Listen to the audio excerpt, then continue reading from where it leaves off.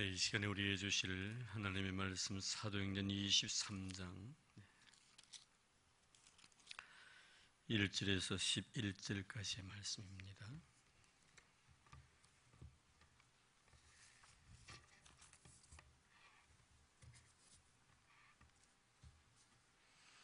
사도행전 23장 1절에서 11절까지의 말씀 한 절씩 교독하겠습니다. 바울이 공의를 주목하여 이르되 여러분 형제들아 오늘까지 나는 범사의 양심을 따라 하나님을 섬겼노라 하거늘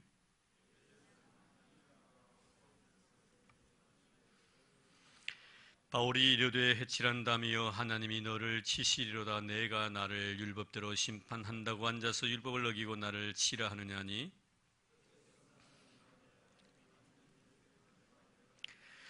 바울이 이르되 형제들아 나는 그가 대제사장인 줄 알지 못하였노라 기록하였으되 너의 백성의 관리를 비방하지 말라 하였느니라 하더라.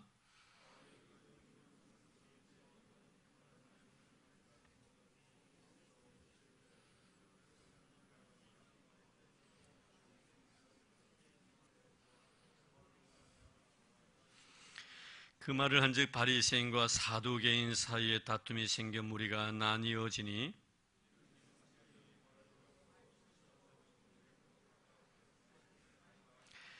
크게 떠들새 바리새인 편에서 몇 서기관이 일어나 다투어 이르되 우리가 이 사람을 보니 악한 것이 없도다 혹 영이나 혹 천사가 그에게 말하였으면 어찌하겠느냐 하여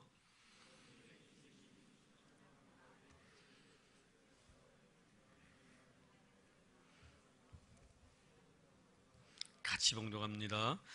그날 밤에 주께서 바울 곁에 서서 이르시되 담대하라 내가 예루살렘에서 나의 일을 증언한 것 같이 로마에서도 증언하여야 하리라 하시니라. 아멘. 네, 계속해서 사도 바울이 공회 앞에서 자기 변명을 하는 그런 내용의 말씀입니다. 여기서 공회라는 것은 산헤드린 공회를 말하는 것입니다. 이 산헤드린 공회 여러분 잘 아시죠? 예수님을 십자가에 못 박게 했던 그 곳입니다. 또 스데반 집사님을 갖다 돌로 죽였던 그 자리가 바로 이 산헤드린 공회 앞입니다. 사실 어떻게 보면 가장 신앙인다웠다고 생각했던 사람들의 모임이지요. 사두개인들, 바리새인들 그리고 제사장 그룹으로 이루어진 71명의 회원들입니다. 이 공회원들, 이 공회원들이 지금 앞에서 지금 사도 바울이 자기 변명을 하고 있는데 사실 상당히 살벌한 곳이에요. 여기는 뭐 법이 있는 것 같지만 법이 없는 곳이고요. 공의가 살아있는 듯하지만 공의가 없는 곳이에요. 진실이 아무런 필요가 없는 곳이 바로 이 산헤드린 공회입니다. 그래서 이 사람은 자기 목적을 딱 가지고 있으면 그 목적을 꼭 성취하고 마는 사람들의 여론이나 분위기 전혀 고려하지 않습니다. 죽이고자 원하는 사람이 있다면 예수님처럼 거짓 정인을 세워서라도 죽이고 마는 이런 집단이 바로 이 산헤드린 공회입니다.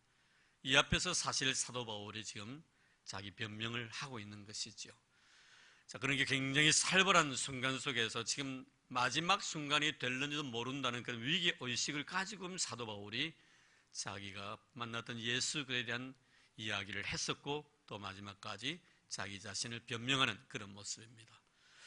오늘 말씀 1절 말씀 보면은 바울이 공회를 주목하여 이르되 여러분 형제들아. 참 여기서 중요한 것은 지금 이 피의자가 누구며 또 가해자가 누구인가. 사실 보면은 이 피고인과 또 이 정말 어찌 보면은 원고가 마주 앉아 있는 그런 자리인데요. 피고는 누굽니까? 바울입니다. 원고는 누굽니까? 상당한 당시의 지위를 가지고 있던 많은 그룹들입니다. 여기서 지금 사도 바울을 죽이기 위해서 이곳에 지금 데리고 온 거예요.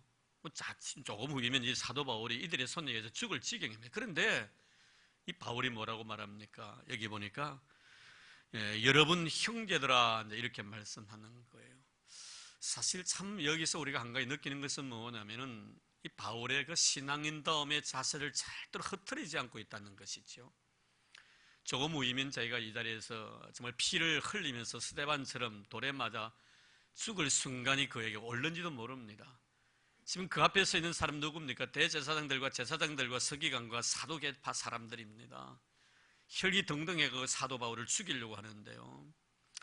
물론 이것이 아주 숲으로 돌아가지만 거기 보면은 우리가 12절, 23장 12절, 13절 다음 주일날 말씀을 드리겠습니다만 여기에 보면 결국에는 40명의 결사대가 조직이 됩니다. 바울을 죽이지 못했기 때문에, 이 바리새인들이 방해했기 때문에 그만큼 잔인한 집단들이에요. 그러니까 사실 이 사람들은 정말 혈기등등한 것이죠. 살기가 지금 번쩍입니다.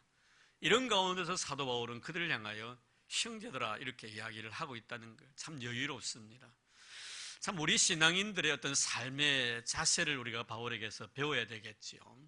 여전히 과거에도 그렇고 지금도 그렇고 앞으로도 그럴 겁니다. 당신들은 나의 형제입니다. 당신은 나에 대해서 미운 감정을 가지고 나를 죽이려고 하시는지 모르지만 나는 여전히 당신들을 나의 형제로, 나의 사랑의 대상으로 지금 받아들이고 있다. 우리 로마서를 보면요, 바울의 그 동족애라는 것은 대단합니다. 뭐라고 말했습니까? 그들이 예수를 믿고 정말 구원을 받을 수만 있다면 자기 자신이 예수 그렇게 저주를 받아 지옥에 들어간다 할지라도 나는 원하는 바다가 할 정도입니다. 자기 동족의 구원과 자기 생명을 맞바꾸고 싶었던 그런 동족애를 가지고 있는 사도 바울입니다. 너에 대해서 전혀 마음속에 원함도 없고 너희들이 나를 향해서 그렇게 이를 갈고 죽이려고 하지만 나는 내 마음속에 너에 대한 미운 감정이 없다는 겁니다. 참 어떻습니까? 너가 나를 미워하니 나도 너를 미워한다면 너가 나를 미워하는 그 사람이나 내가 너를 미워하는 내나 동일한 사람이 아니겠나 이 말. 똑같은 사람이다. 이러면 너가 나를 미워할 때 나도 너를 미워해버리면 그 사람은 나는 뭐 별 볼 일 없는 사람이에요. 똑같은 사람입니다. 그런데 바울은 뭐예요? 너희들이 아무리 나를 미워해도 나는 너희들에 대해서 미운 감정이 없다는 거예요. 모든 것들을 사랑으로 받아들이고 싶고 나도 과거에 예수를 알지 못했을 때 스데반이 그렇게 미웠던 거예요. 예수 증언하는 그 스데반이 그렇게 미웠던, 그래서 주동이 되어서 스데반을 죽이는데 앞장섰지 않습니까? 아마 사도 바울이 끝까지 이들을 갖다가 정말 포용하고 수용할 수 있는 그런 너그러운 마음을 가진 것도 과거에 자기 자신이 행했던 일에 대한 결과가 아니겠는가. 참 그래서 우리가요 한 번씩 넘어져 볼 필요가 있어요. 실패해 볼 경험이 필요하다 이거예요. 실패를 해봐야만이 실패한 사람의 심정을 이해합니다. 그렇지 않습니까 여러분? 항상 성공하는 사람, 승승장구하는 사람은요 실패해서 그 고통당하는 사람들의 그 아픔을 이해하지 못하는 거예요. 이런 사도 바울이 과거에 어떤 사람이었습니까? 우리 디모데전서 1장 13절 말씀처럼 과거에는 핍박자이고 포행자였습니다. 정말 그렇습니다. 그렇게 예수라는 소리 듣기 싫은 거예요. 예수 믿는 사람이라고 보면 그냥 이가 그냥 갈리는 거예요. 오죽했으면 여러분 다메섹까지 원정까지 가면서까지 그들을 갖다 죽이려고 갔겠습니까? 지금 그 심정이에요. 나도 과거에 몰랐을 때 그랬다는 거예요. 당신도 그렇다는, 그렇게 여러분 어떻습니까? 내 과거를 보는 듯 합니다. 다른 거 보는 거 아니고 내 과거 보는 듯 해요. 그렇게 미워할 수가 없는 것이죠. 나도 알지 못했을 때 그런 오류를 보면서니 그들 바라보면서 형제라고 말하는 거 잊지 마시기 바랍니다. 내 앞에 실수합니까? 나도 과거에 다른 사람들 앞에 실수했었어요. 잊지 마세요. 여러분 실수한 사람 보고 미워하고요 싫어하면 안 됩니다. 나는 과거에 완벽한 사람인 것처럼 행세하면 안 된다 이 말이에요. 우리는 항상요 내 앞에서 정말 잘못하는 사람이 있을지라도 나도 과거에 다른 사람 앞에서 잘못한 것 있는데 생각하라 이 말이에요. 여러분 다윗 보십시오. 우리가 다윗 보면 시편에 보면 그런 말씀 있잖아요. 시편 109편 4절 말씀에 보면 나는 그를 사랑하나 그는 나를 미워하니 나는 기도할 뿐이니다. 참 여러분 아름다운 신앙 고백. 이게 뭐예요? 신앙인다움의 자세예요. 근데 어떤 사람은 과거에 그런 실수를 해도 실패를 해도 입 싹 닫고 실수한 적 없는 양 상대방이 나를 미워한다건 내가 그를 정죄할 때가 얼마나 많더냐 이 말이에요. 이런 다윗이 나는 그를 사랑하나 그는 나를 미워하니 나는 그를 위해서 기도할 뿐이라고 하신 이 말씀은 그가 여러분 광야를 경험했기 때문이라고 말씀을 들은 적 있죠. 광야를 경험했기 때문. 광야를 경험한 사람과 광야를 경험하지 않는 사람이 사람에 대한 이해의 척도는 다르다는 것을 알아야 합니다. 광야를 경험한 사람들 보면요 그 이해폭이 굉장히 넓습니다. 그러나 광야를 경험하지 아니하니까 너를 갖다 이해해 주려고 하지 않습니다. 다윗은 어렸을 때부터 광야를 경험한 사람이기 때문에 광야에 굉장히 익숙해져 있는 사람이에요. 그래서 사울을 통해서 참 많이 쫓겨다니죠. 나중에 여러분 그 아들 압살롬을 통해서 또 쫓겨당하는데요 익숙해 있는 거예요. 실패의 선자를 갖다 맞서보는 그런 경험이 있단 말이에요. 이런 삶 속에서 정말 그는 많은 것들을 영적으로 아주 아름다운 재산들을 얻는 모습이에요. 그래서 광야를 경험한 사람은요 어디를 바라봐도 다 은혜로 여겨집니다. 나를 미워하는 사람을 바라보면서 타산지석으로 삼거든요. 그것이 바로 내 자신에게 그것을 적용시키는 거예요. 나도 과거에 미워했다 이거예요.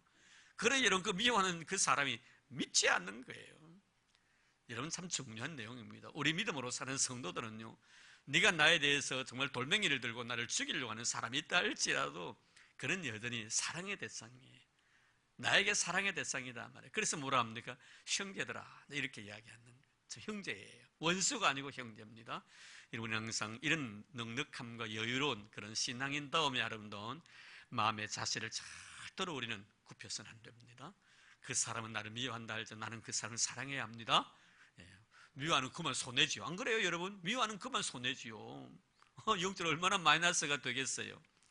자, 그러고 난 뒤에 그 다음에 뭐라고 말씀합니까? 보면 오늘까지 나는 범사 양심을 따라 하나님을 섬겼노라 이렇게 말하는데요, 여기 양심이에요. 사도 바울이 말하고 있는 이 양심이라는 건 일반적인 양심을 말하는 것 아닙니다. 여러분 잘 아시기를 바랍니다. 신앙 양심이에요.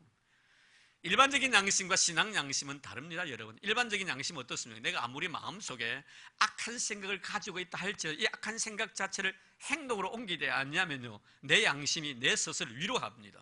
그렇잖아요? 내가 아무리 악한 마음을 가지고 있더라도, 나쁜 마음을 가지고 있더라도 이걸 행동으로 옮기지 않으면 그래 제법 내가 잘했다 이런 생각을 가진다. 이게 일반적인 양심이에요. 근데 신앙 양심은 뭐예요?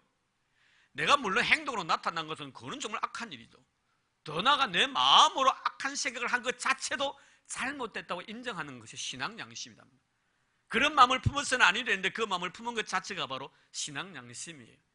일반적인 양심은 너와 나의 관계 속에서 모든 것을 해결해 나가지만 신앙 양심은 너와 나의 관계가 아닙니다. 하나님 앞에서 하나님과 나의 관계다.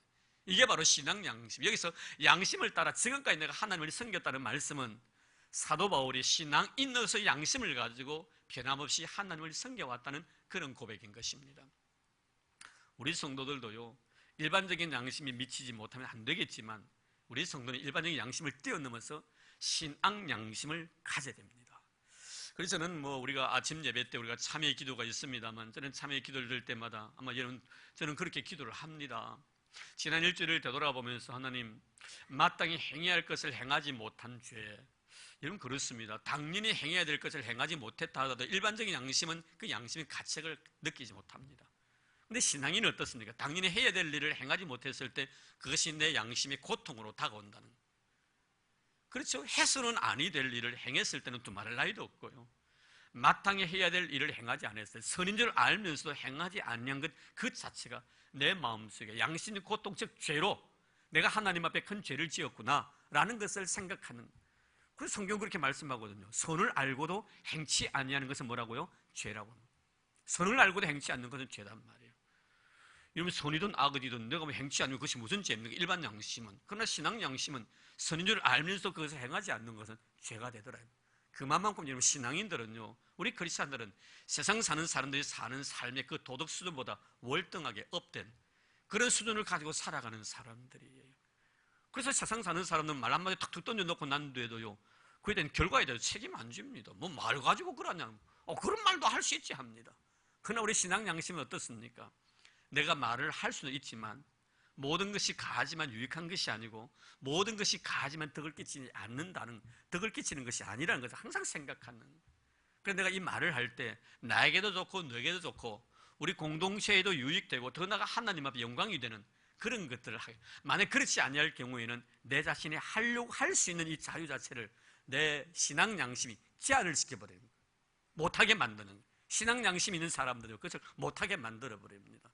그만큼 신앙 양심이 중요하다는 것이죠.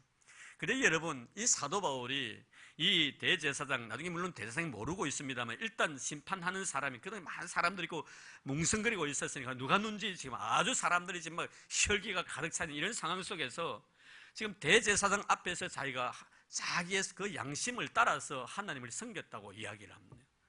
그래서 조금 더 하나님 앞에서 정말 내가 하나님 주신 신앙 양심으로 살아왔기 때문에 무슨 말이에요? 당신이 나에 대해서 뭐 잘못되고 정죄하지만 나는 사실 하나님 앞에서 떳떳하다 이 말이에요. 자, 그런데 이 말을 들었을 때 그 다음 말씀 뭐라 합니까? 이 대제사장 아나니아가 옆에 있는 사람이 뭐라고 말합니까? 바울의 입을 쳐버리라는 거예요. 여러분, 상당히 아마 격분한, 아주 화가 대단히 난 그런 모습입니다. 왜 여러분 2절 보면은 대제사장 안나니아가 바울 곁에 서 있는 사람들에게 그 입을 치라 명하니, 왜 여러분 입을 치라 했었을까요?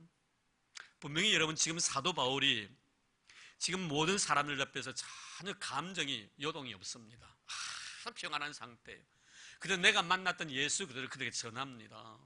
나도 과거에 예수를 알지 못했을 때는 참 망나니 같은 삶을 살았는데 예수 만나고 난 뒤에 나는 정말 새로운 사람, 과거에는 당신들과 똑같은 사람이었지만 당신들과 다른 것은 나는 지금 예수를 믿고 있다. 당신이 예수를 믿지 않는다. 이거 차이다 이거예요. 예수를 믿음으로 말면 나에게 주어지는 행복과 기쁨들, 어떤 고난과 어떤 핍박이 와도 그것 자체를 수용하는 그런 마음이지요. 그러니까 당신들이 내가 이 이야기를 한다고 해가지고 아무리 미워해도 나의 마음은, 당신들을 향한 사랑의 마음은 변함이 없는 거예요. 그래서 여러분 잘못돼서 어떻습니까? 가슴이 두근거리고 말입니다. 이거 죄를 지어가지고 어떡하지 하는 이런 마음속에 두려움과 염려가 있는데 바울은 전혀 없는 거예요. 오히려 두려워하는 사람 누굽니까? 이 대제사장이에요. 그리고 대제사장 입장에서 뭐예요? 지금 판단을 받기 위해서, 심판을 받기 위해서 법정에 서 있는 사람 같으면 죽을 죄인처럼 고개를 푹 숙이고, 아이고 재판장님 죄송합니다, 재판장님 결정 내리시는 대로 저는 따를 뿐이지요. 이런 저자세로 나와야 되겠는데, 이 바울 입장에 보면은 고자세 저자세를 떠나서 너무너무 떳떳한 거예요. 그래서 사실 그렇지 않습니까? 이 사람이 죄인이 돼야 내가 말하는 내가 오인이 될 테인데, 바울이 보니까 죄인이 아니에요. 너무 보무당당한 거예요. 저 양심적인 거리낌이 없는 거예요. 그럼 어떻습니까? 죄인이라고 취급하고 잡아들였는데 이 사람이 자기 자신 말하는 모르게 죄인이 아니에요. 그럼 누가 죄인이 되는 거예요? 내가 죄인이 되는 거예요. 그러니까 이 대제사장 안나니아 입장에서는 굉장히 기분 나쁜 거예요. 수그리 들고 오면 자기가 괜찮겠는데 수그리 들은 걸 또 없고 말이에요. 조금 더 양심적으로 거리낌이 없다고 이야기하니 그런 잘못됐다고 내가 불러왔는데 물론 내가 이제 죄인이 되는 거예요. 그래 어떻습니까? 바울을 바라보고 화가 미치는 거예요. 또 이것은 인간적인 관계지만 신앙적인 관계는 마찬가지예요. 하나님을 믿는 사람이기 때문에 아나니아도 신앙적인 관계 속에서 마찬가지예요. 뭐라고 말합니까? 내가 양심을 따라 하나님을 섬겨왔다고 얘기합니다. 하나님을 갖다 그게 대입을 시키는 거예요. 지금 죽일 죄인인데 아주 악한 사람이라고 알고 왔는데 하나님을 이야기하는 거예요. 하나님의 이름을 망령되이 일컫는 것처럼 여겨지는 거예요. 그러니까 어떻습니까? 옆에 있는 사람에게 그 입을 치라는 거예요. 때리라는 거예요. 자, 여러분 이것은 감정의 격하거든요. 여러분 우리가 어떤 상황 속에서 내 감정이 노출되면 안 됩니다. 이는 졌어요. 그 싸움의 영적 싸움의 증거입니다. 그렇죠. 영적 싸움에서는 내 감정이 드러나면 바로 이 증거입니다. 실패한 거예요. 아무리 떵떵거리고 큰 소리 땅땅 쳐도요, 상대방이 속 수그러내도 결국에는 수그러는 사람 누구예요? 이긴 사람이에요. 화 안 내는 사람이 이긴 사람이다 이 말. 바울은 전혀 그런 것이 없습니다. 그러니까요 이 바울이요 뭐라고 말합니까? 자기 입을 치라고 하니까요 3절 보세요. 바울이 이래 해치란다며 하나님이 너를 치시리로다. 아주 바울도 이제는 당당하게 나서는 거예요. 이게 바로 바울의 마음의 자세거든요. 사단이 나를 향하여서 악한 것을 가지고 나를 향해서 돌진해 올 때 나 역시 하나님의 놀라운 능력으로 너를 갖다 대항하겠다 이 말이에요. 조금도 주눅들지 않는 사도 바울의 모습, 영적 싸움이 치열하게 벌어지는 그 현장의 모습을 우리 여기서 짐작할 수가 있습니다. 자, 그런데 중요한 건 그 다음이에요. 그 보니까 내가 나를 율법대로 심판한다고 앉아서 율법을 어기고 나를 치려 하느냐 하니 곁에 선 사람들이 말라되 하나님의 대제사장을 내가 욕하느냐. 자, 여기 이 사람이 누굽니까? 바울의 입을 치라는 사람이 누굽니까? 대제사장이었습니다. 그래서 사실 사도 바울은 그렇게 말한 사람이 대제사장인 줄 몰랐다는 거예요. 그래서 그 다음에 뭐라고 말해요? 자, 5절 보세요. 바울이 이르되 형제들아 나는 그가 대제사장인 줄 알지 못하였노라 기록하였으되. 그러면서 하나님의 말씀까지 인용을 합니다. 이거 출애굽기에 나와 있는 말씀, 출애굽기 22장 28절 말씀인데요. 출애굽기 22장 28절 말씀을 인용을 해가지고 뭐라고 말합니까? 거기 보면은 너희 백성의 관리를 비방하지 말라 하였느니라. 이 말씀까지 사도 바울이 하는. 내가 만약에 내 입을 갖다 치라고 하는 그 사람이 대제사장인 줄 내가 알았더라면은 내가 그런 말을 안 했다 이 말이에요. 그런 말을 안 했다는 거. 참 중요한 말씀인데요. 여기서 우리가 한 가지 꼭 짚고 넘어가야 될 일이 무엇입니까? 우리가 사실 예수님의 공생의 3년을 보면요, 예수님은 누구에 의해서 결국에 십자가를 지게 됩니까? 사실 제사장들이거든요. 가장 선동을 했던 주동자들이 바로 제사장들입니다. 제사장에 의해 가지고 나중에 고난을 당하고 신문까지 받고요, 제사장들에 의해 가지고 십자가까지 집니다. 근데 여러분, 예수님께서 말씀하신 내용들을 보면 예수님을 반대하는 사람은 제사장뿐만 아니고 사두개인 또 거기 보면 그 바리새파 사람들도 있었습니다. 주로 제사장들은요, 이 사두개파 사람들이 많이 제사장을 그때 했지요. 나중에 그 내용이 나옵니다. 사두개인들과 바리새인들이 서로 영적 문제 때문에 이 갈등을 빚는 그런 내용이 나옵니다. 근데 예수님께서는 이들의 어떤 외식적인 그런 신앙에 대해서 굉장히 신랄하게 비판도 많이 하셨습니다. 근데 회칠한 바리새인이요, 회칠한 서기관이요, 회칠한 사두개인들이요, 이렇게는 말씀하셨지만 한 번도 회칠한 제사장들이요라는 말씀을 안 하셨다는 거예요. 이런 우리가 성경을 보면요, 예수님께서도 절대로 제사장들에서 그렇게 고통을 당하고 고난을 받으셨지만 한 번도 제사장에 대해서 신랄하게 비난을 한 적은 없다는 거예요. 왜 그런 줄 아십니까, 여러분? 성전을 위해서 헌신하고 주의 나라를 위해서 수고하는 사람 중에 유일하게 제사장의 반열에만 기름 부음을 받은 사람들이에요. 기름 부음을 받은 사람. 예수님은 그걸 알고 계시는 거예요. 그만큼 제사장직에 대해서, 그 위치에 대해서 주님이 인정하신 내용이에요. 바리새인들은 비난을 냈고 사두개파 사람들도 비난했고 서기관도 회칠한 서기관이라고 말씀했지만 한 번도 주님은 회칠한 제사장들이야라는 말을 하지 않았다는 거예요. 바로 이거거든요. 지금 사도 바울이 자기 입을 치려고 한 사람이 대제사장인 줄 알았으면 내가 그런 말을 하지 않았다는 이유가 바로 이겁니다. 이는 오늘 우리도 마찬가지예요. 우리가 다윗이 하나님 앞에 참 복을 많이 받았습니다만 여러 가지 측면에서 우리가 조명을 합니다. 뭐 다윗의 생애를 우리가 연구해 보면 하나님 앞에 축복받을 조건을 참 많이 가진 사람이에요. 물론 그에게 약점도 없잖아요. 있겠지만 약점보다 영적 의미에서는 굉장히 장점이 많은 사람입니다. 모든 면에서. 그래서 사랑도 많은 사람이었고 믿음도 참 좋았던 사람이었고요. 그는 자기 자신의 어떤 감정들을 하나님을 향하여 잘 표현할 줄 아는, 눈물도 많은 사람인 동시에 기쁨도 참 많았던 그런 사람입니다. 찬송할 때는요, 덩실덩실 춤을 출 정도였고 자기 죄로 이제 마음 아파할 때 눈물 펑펑 쏟으면서 하나님 용서해달라고 고백했던 그런 사람입니다. 눈물을 쏟을 때도 침상이 젖도록 눈물을 쏟았으니 얼마나 눈물이 많은 사람입니까? 하여튼 이 다윗에게 가지고 있었던 영적인 장점들이 참 많았습니다. 그 중에 또 하나가 무엇이냐면 인간관계 속에서 사울과 자기 자신의 관계입니다. 이 사울과 다윗의 관계를 우리가 연구해보면 이래서 하나님이 다윗을 참 귀하게 여기셨구나 하는 것을 발견하게 되는데, 이런 사울이 얼마나 다윗을 죽이기 위해서 따라다닙니까? 결국 하나님께는 그에게 기회를 주십니다. 그 기회라는 것은 뭡니까? 죽일 수 있는 기회를 말하지 않습니다. 이 사울에 대해서 지금 네가 죽일 수 있는 기회가 주어져, 네가 어떻게 이 사울에 대해서 네가 어떻게 행동하겠느냐, 그것을 저울질 해보는 거예요. 주위에 대해서 막 충동질을 하지 않습니까, 여러분? 신하들이 말입니다. 하나님께서 당신에게 죽이라고 이 사울을 당신 곁에 두었다고. 절호의 기회라는 거예요. 천재 일후의 기회라는 겁니다. 다시는 된 기회가 오지 않는다는 거예요.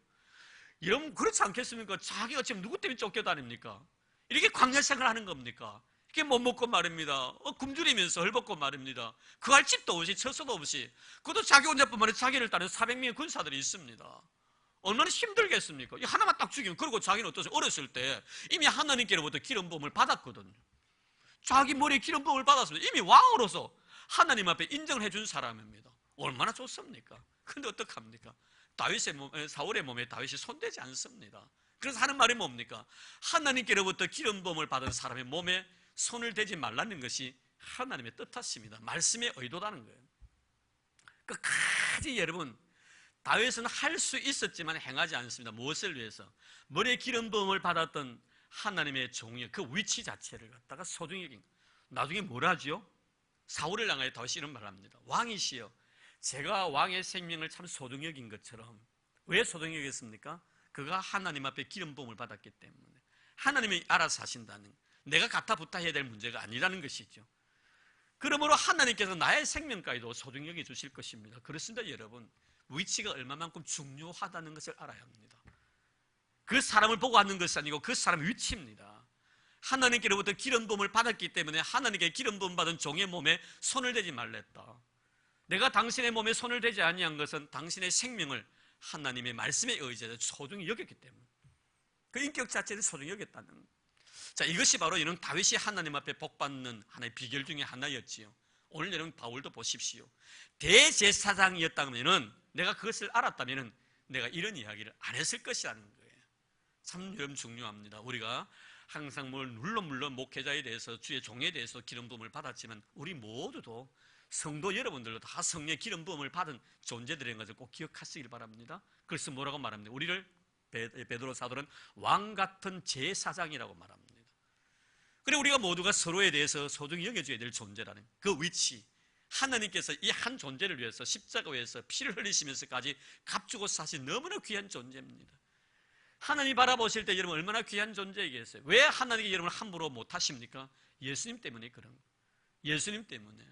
예수님이 나 한 존재를 위해서 십자가에 못 박혀 달려 돌아갔었기 때문에 하나님께서도 함부로 못하신 너무 사랑스러운 존재이기 때문에 자기 아들을 죽이면서까지 구원해 주신 그 사랑스러운 존재이기 때문에 여러분 우리가 우리 자식들도 그렇지 않습니까? 내 몸에 10개월 동안 간직해 있다가 이 세상에 태어난 이 자식 오늘도 보십시오. 제 얘기가요 멘트하는 거 보시오. 우리 엄마하고 성경 읽을 때 주신 말씀이라고 이렇게 말하는데 엄기 유사님 제 얘기가 미워요?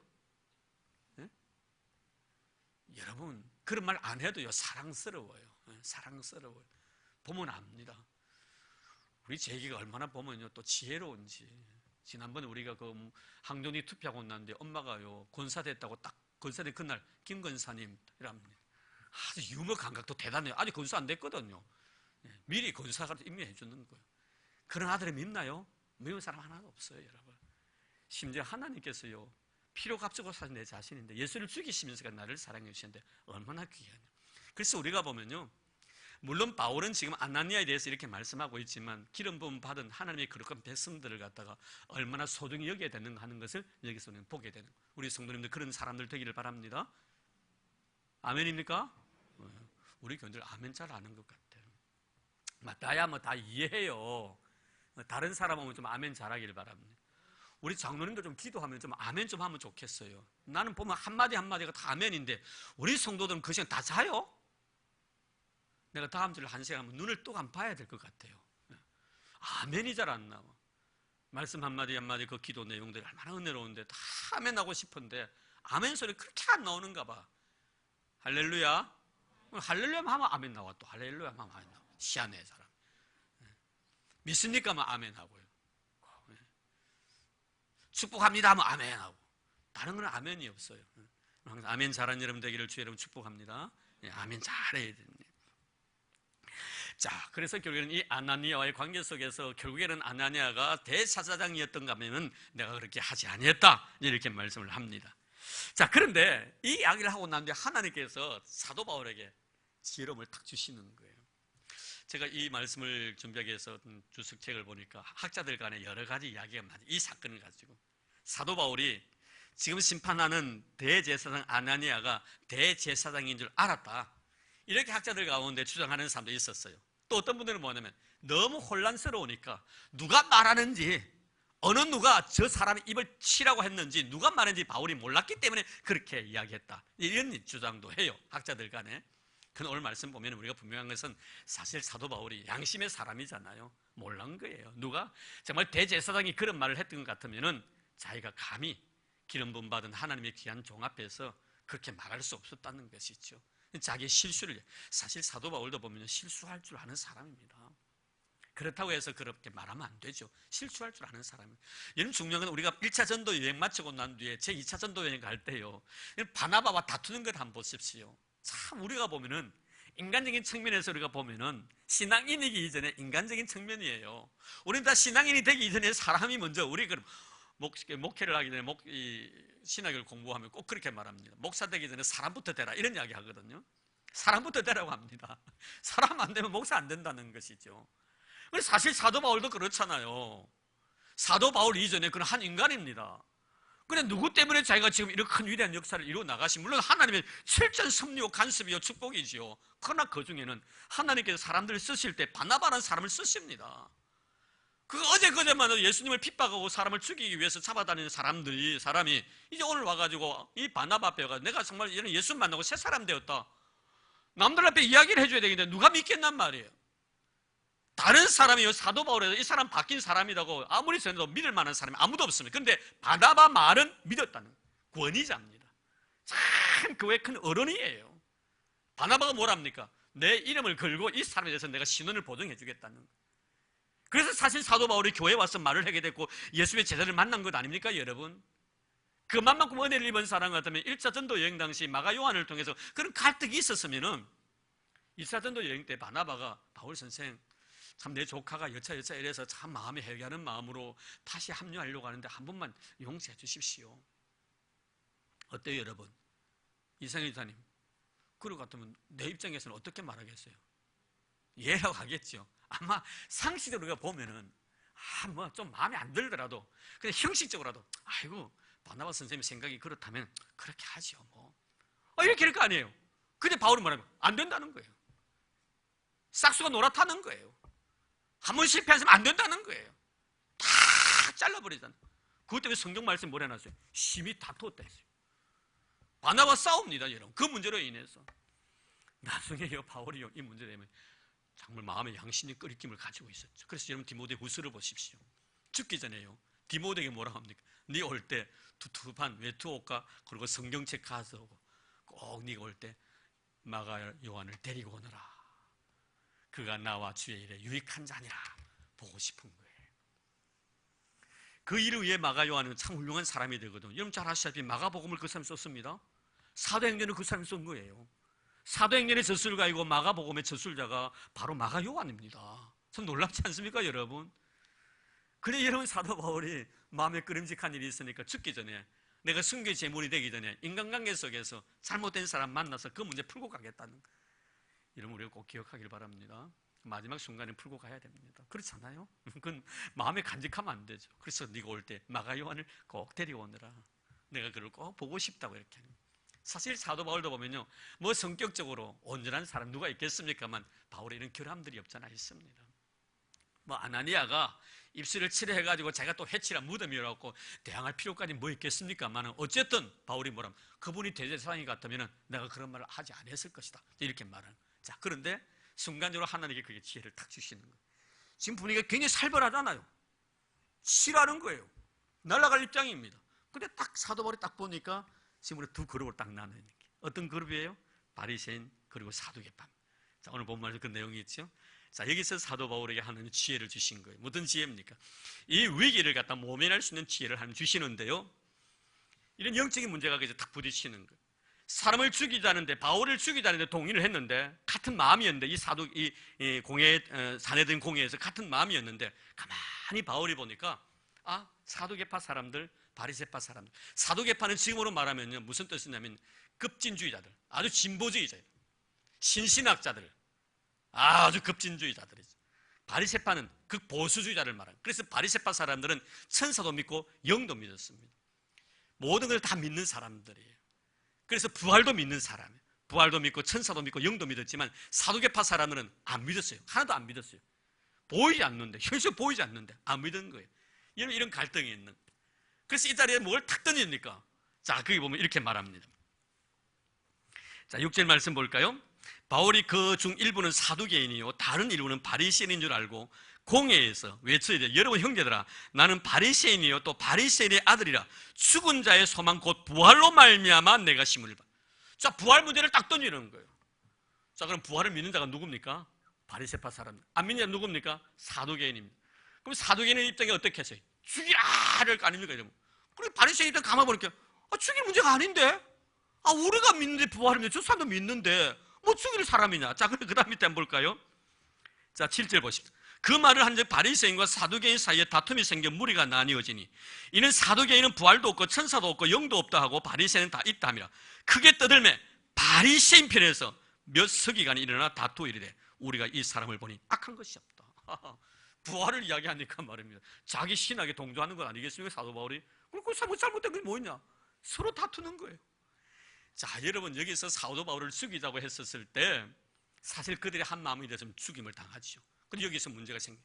서로 자기들끼리 분쟁이 생긴 거예요. 신학적인 문제 때문에 이 부활의 문제 때문에 이렇게 해서 하나님께서 사도 바울을 갖다 그 위기 속에서 끌어내시는 그 위기에 대해서 구원해 주시는 그런 내용의 말씀이에요. 자 그런데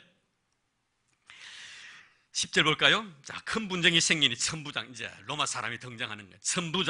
천부장은 바울이 그에게 찢겨질까 하여 군인을 명하여 내려가 무리 가운데 빼앗아 가지고 영내로 들어가라 하니라. 그래서 이렇게 천부장이 로마 사람이 천명의 군사를 거느린 우두머리가 사도 바울을 갖다가 살 빼돌려가지고 영내로 들어가서 그의 신변을 지켜주는 그런 내용의 말씀입니다.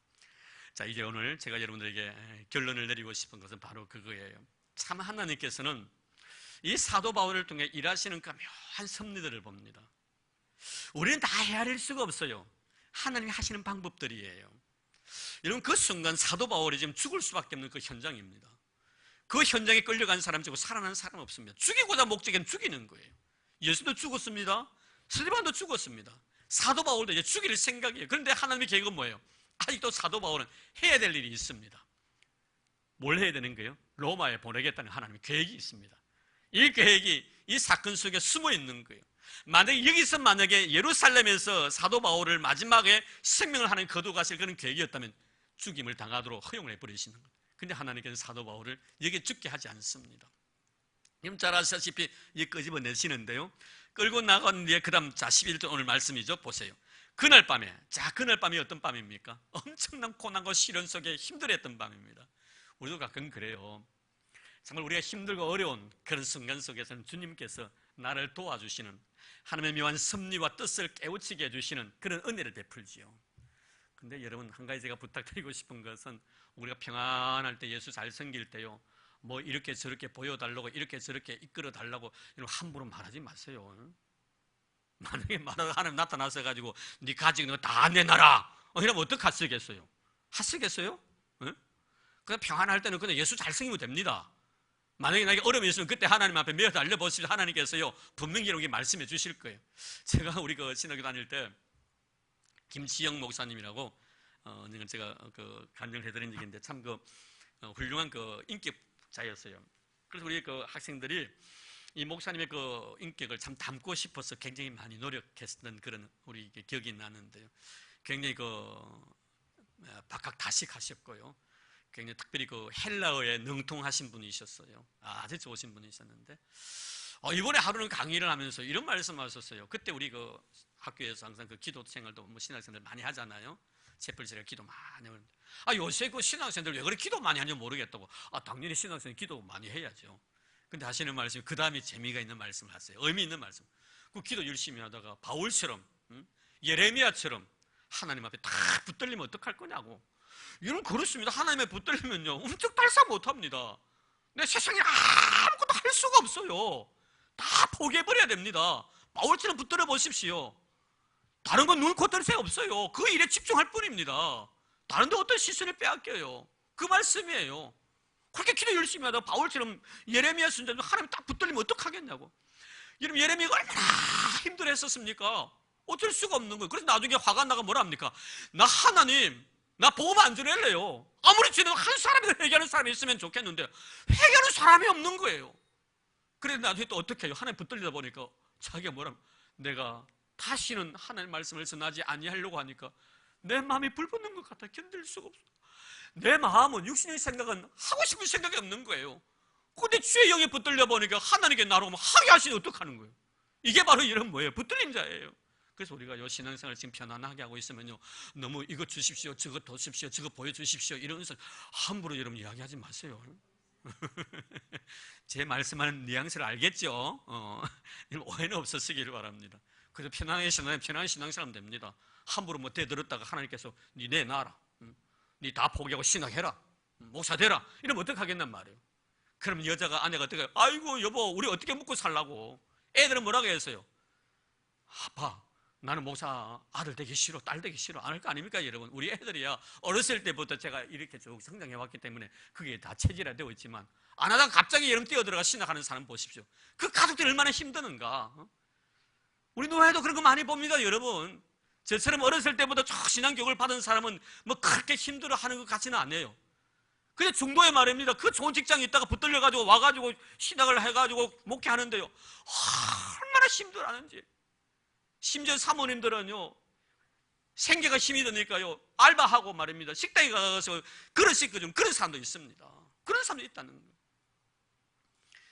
이런 그래서 우리가 중요한 것은 내가 신앙생활 잘할 때는 그냥 무사히 하나님 고맙습니다, 더 잘할 수 있도록 도와주세요 그렇게 기도하세요. 오늘 사도 바울 보십시오. 너무 힘들잖아요. 너무 어렵잖아요. 그러니까 하나님께 나타나가지고 뭐라 하십니까? 담대하라 담대하라. 하나님이 위로해 주시는 그런 모습입니다. 자, 그러면서 그 다음 말씀 볼까요? 뭐라고 말합니까? 자, 11절 마지막 볼까요? 그날 밤에 주께서 바울에게 서서 이르시되 담대하라. 내가 예루살렘에서 나의 일을 증언한 것 같이 로마에서도 증언하려 하리라. 자, 예루살렘에 네가 내 부활에 대해서 증언했듯이 예루살렘에 가서 너도 이 일을 증언하리라. 자, 그러면 여러분, 네가 이제 곧 아마 1년 이내로 아마 몇 달 이후로 아니면 곧 너는 로마로 갈 것이다. 준비해라. 이러면 얼마나 좋겠어요. 그런데 일자, 날짜 전혀 정해주지 않고 그저 하시는 말씀이 뭐예요? 네가 예루살렘에서 나를 증언했듯이 로마에 증언하라고 말씀하고 끝내버립니다. 참 여러분 어떻게 생각해요? 이런 것에 대해서. 만약에 날짜를 정해주었더라면 참 좋겠죠. 그런데 여러분 이 말씀이 끝나고 난 뒤에 예루살렘에 사도 바울이 2년 동안 머물러 있습니다. 2년 이후에 출발을 하는데요. 그것도 어떤 모습으로? 죄수의 몸으로. 자유로운 모습이 아니고 앞으로 배웁니다. 죄수의 몸으로서 배를 타고 갑니다. 배 타고 가다가 어때? 또 유라굴라 대풍을 만나가지고 모든 사람이 죽는다고 난리법석을 떱니다. 미안하면 난리법석이라는 이 불교 용어인데 안 써야 되는데. 예. 하여튼 막 혼비백이 사는 사람들이요. 그리고 나중에 멜리데 섬에 도착해가지고 거기서 또 하나님께서 위대한 역사를 이루셔서 그 멜리데 섬에 또 복음을 전하는 이런 모습을 보게 됩니다. 하나님의 위대한 역사를 가만히 보면요. 내 계획과는 전혀 상관이 없어요. 죄수의 몸으로 여러분 로마까지 갈 것이라는 바울이 기대는 했겠어요? 전혀 아닙니다. 아, 복음을 전하는 사람이 왜 죄수의 몸으로 갑니까? 그럼 죄수의 몸으로 가요. 그것도 멀미해가지고요. 죽면서 배가 다 파손이 되고요. 죽을 지경까지 이르게 되는 거예요. 그러면서 하나님은 나중에 로마까지 인도해 주십니다. 우리 인생의 여정도 마찬가지입니다, 여러분. 우리가 그렇죠. 아마 우리 이상일 집사님에게 너는 80까지 아니면 90까지 살 거야. 90면 되는 1월 1일 내 네 생명 딱 거두갈 거야. 만약 하나님께서 내 죽는 날짜를 딱 정해놓았다면 편안하겠어요? 불안하겠어요? 예? 사실 편할 것 같지요? 진짜 불안합니다. 진짜 불안합니다. 내가 모르기 때문에 얼마나 좋은지 몰라요. 내 죽을 날짜를 모르니까 얼마나 감사한지. 여러분. 그렇잖아요, 여러분. 여러분, 내 죽을 날짜를 갖다가 가르쳐 주신다면 내가 밤에 잠이나 오겠어요? 밤에 잠 안 하면 어때요? 아이고 90살 1월 1일 달에 내가 죽는데 잠이 오겠어요, 여러분? 잠 안 옵니다. 언제 죽을지 모르니까 얼마나 감사한지요. 내 앞일을 아무도 몰라요. 그런데 하나님께서는 교묘하게 자기의 뜻대로 우리 인생의 삶을 이끌어 가시는 거예요. 그게 뭐예요? 사도 바울이 로마에서 순교합니다. 순교합니다. 여러분 해피엔딩이에요. 할렐루야. 이게 인생이에요. 주인공이 여러분 로마에 들어가가지고 복음 전하다가 순교했으면 그것이 불행한 거예요? 아니에요. 우리 크리스찬은 아주 해피엔딩이죠. 어느 분이 그러잖아요.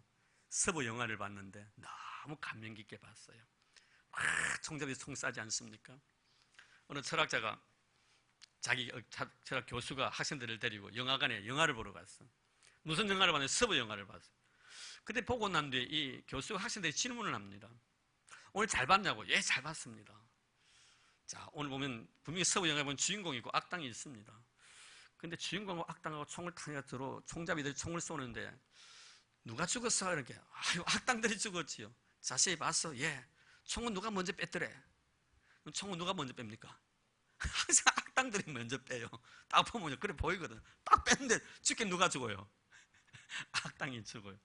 그래서 교수가 묻습니다. 왜 그런 줄 아냐고. 철학 교수니까 그 문제. 정확하게 썼으면 이거는 뭐 철학적인 말이 아니죠. 그것은 생각이 단순한 사람이 항상 이기게 돼 있다. 악한 사람은 생각이 복잡하다. 악한 사람은. 그러나 선하게 사는 사람은 생각이 단순하다. 단순히 복잡보다 이기는 거야. 이해됩니까? 우리 가끔 보면요 복잡하게 생각하는 사람 많아요. 진도 안 나갑니다. 단순해야 해요. 진도 나가는 거예요. 예수님 오시는 거 보고요. 아이고 주님이시거든. 나로 가면 바다 위를 걷게 해달라고. 걸어오라. 막 걸어가는 거예요. 그래야 그 바다 위라도 한번 걸어볼 거 아닙니까 여러분? 이 땅에서요 태어나가지고 바다 위로 그런 사람요 예수님 외에 사도 베드로밖에 없어요. 단순해요. 그렇지 않습니까 여러분? 질량이 다른데 어떻게 사람이 물에 걸어갈 수 있겠냐고. 아이고 복잡하게 생각하면요 걸어갈 사람 아무도 없어. 신앙도요 단순한 사람이 신앙생활을 잘합니다. 서부 영화를 봤죠. 그래 봤죠. 한 사람이요 요새 옛날 말고요 현대인입니다. 현대인들이 서부 영화를 보고 있는데 한 사람이 와가지고 쭉 줄을 서가 있는데 와 오늘 영화 하나도 재미없더라고. 예 재미없어요? 혹시 재밌다던데요? 네 봤는데 악당도 죽고 주인공도 죽었다. 하나 재미없더라. 주인공 죽었으니 그 다음에 나온단 말이에요, 안 나온단 말이에요? 안 나온다, 출연 안 한다 이 말이에요. 그 사람 말이 재밌게 하는 거예요. 그냥 악당도 죽고 주인공도 죽었는데 저 집에 다 갔는데 볼 거 하나도 없다는 거예요. 여러분 죽었다고 여러분 그게 재미없는 거예요. 사도 바울은요, 인생의 삶 속에서 오늘 말씀은 참 주인공으로서 하나님의 부르심을 받고 자기 앞일에 대해서 전혀 얘기는 하지 못합니다. 그저 뭐라고 말씀한 로마에 가서 내 말을 증언하리라 이 말 한마디 딱 하고 끝쳐버립니다. 언제 갈지 모르는데 2년 후에 갈지 3년 모르는데 그 2년 후에 가는 거예요. 가가지고 결국 로마에서 순교의 거룩한 제물이 됩니다. 참 멋들어진 하나님의 위대한 역사, 사도 바울을 향한 하나님의 거룩한 열심, 오늘도 여러분 우리에게 그런 은혜를 하나님이 주신 줄로 믿습니다. 내 인생의 삶에 대해서 하나님께 묻지 마세요. 그저 하나님이 하나님의 뜻하신 대로 이끌어 가실 것입니다. 80을 살게 하시든지 90을 살게 하시든지 짧게 인생을 살다가 죽게 하시든지 그건 하나님이 하시는 일들이에요. 왜 나는 빨리 죽어야 됩니까? 나 왜 이렇게 오래 살아야 됩니까? 왜 나는 건강해야 됩니까? 나는 왜 병든 몸으로 살아가야 됩니까? 라고 묻지 마세요. 그분의 역사하신 대로 여러분의 인생의 길을 선하게 인도해 주실 것입니다. 그리고 마지막에는 꼭 해피엔딩으로 하나님의 영광을 드러내는 그런 하루 인생의 삶으로 마무리에 지어질 수 있도록 우리 하나님 그렇게 역사하시는 좋으신 하나님입니다. 그 좋으신 하나님을 찬양하는 자 여러분 되기를 주의 이름으로 축복합니다. 하나님 감사합니다. 고맙습니다. 사도 바울을 하나님의 원하심대로 이끌어 나가셨듯이 오늘 우리 인생의 삶 속에도 하나님께서 내 인생을 하나님 원하시는 대로 이끌어 나가고 계심을 믿고 있습니다. 자그마한 우리의 사건 속에서도 우리의 일어난 현상 속에서도 주의 섭리와 뜻을 헤아릴 줄 아는 정말 영안을 가지고 살아가는 저희를 다 되도록 축복해 주옵소서. 오늘 주신 귀한 말씀 항상 가슴에 안고 이 말씀대로 잘 순종하여 하나님의 영광을 마음껏 펼칠 수 있는 사도 바울 같은 의미 있는 목적이 있는 그런 아름답고 거룩한 인생이 되도록 축복해 주옵소서. 예수님 이름으로 기도드리옵나이다. 아멘. 이 시간에 우리 루디아 예전대 회원들 나와서 특별히 찬송해 주시겠습니다.